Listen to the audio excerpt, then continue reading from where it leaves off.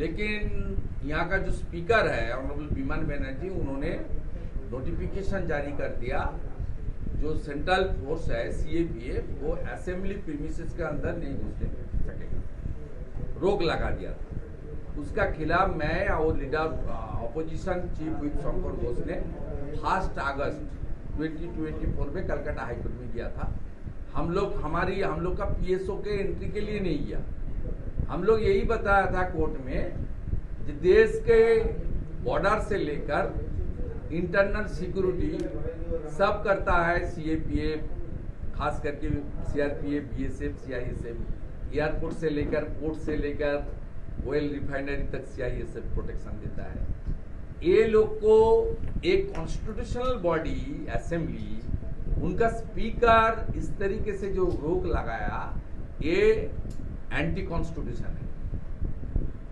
और ये state police, पश्चिम Bengal police और कलकत्ता पुलिस का एंट्री दे रहा है ममता बनर्जी के साथ, दूसरा टीएमसी एमएलए के साथ, स्पीकर का साथ, सबका साथ। बहुत दिन तक कोर्ट में हियरिंग हुआ, सरकार ने टालने का कोशिश किया, सरकारी लॉयर ने बार बार डेट लिया।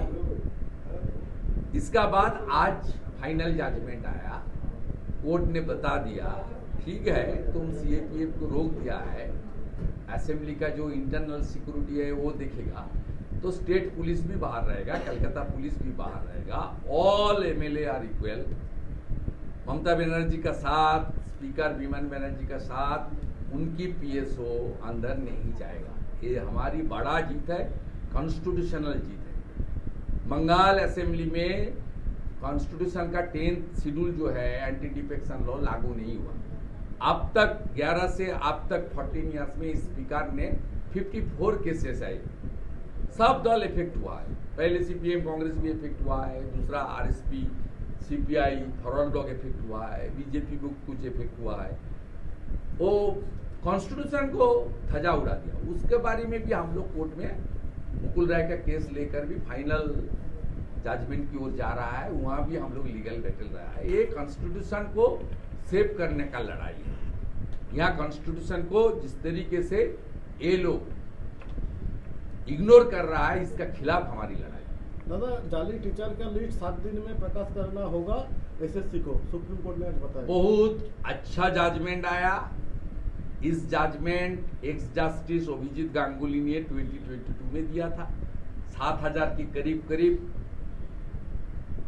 जो ओएमआर टेम्परिंग है, जिसका व्हाइट पेपर में उन्होंने नौकरी मिला, जिनको रैंक जंप हुआ है, जिसका पैनल का जो टेन्योर रहता है खत्म होने का बाद भी उनको नौकरी दिया गया है।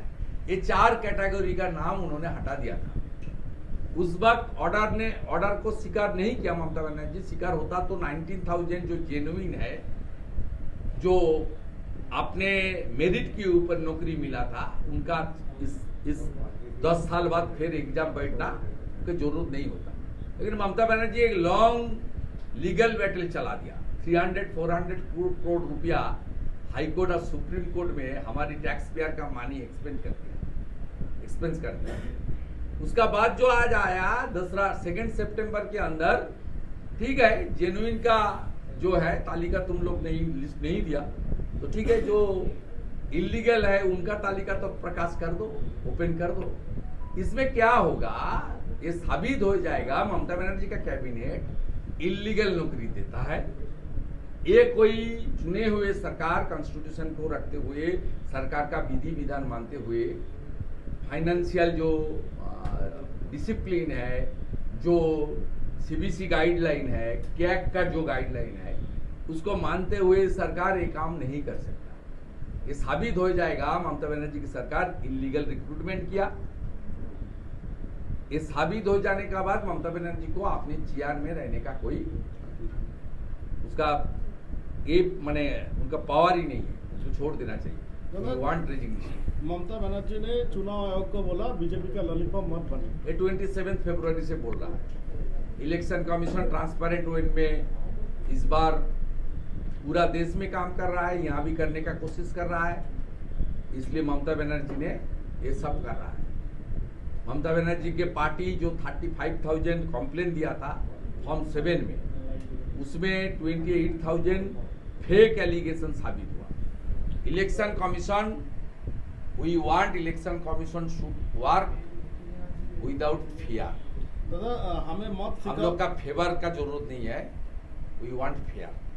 दादा हमें मत सिखाओ, बहुत प्रधानमंत्री देखा है, प्रधानमंत्री के ऊपर एक किताब लिखेंगे, किताब प्रधानमंत्री कोई नहीं पढ़ेगी उसका किताब, कोई नहीं पढ़ता है बंगाल में। एपांग ओपांग झपांग हमरा सबाई डैंग डैंग, उनका किताब नहीं पढ़ेगी। उनको पढ़ने दीजिए, वो लिखने दीजिए। वो तो नहीं लिखेगा, वो सुधांशु देव बोल के एक आदमी है, आपली सास, वो लिखेगा। दादा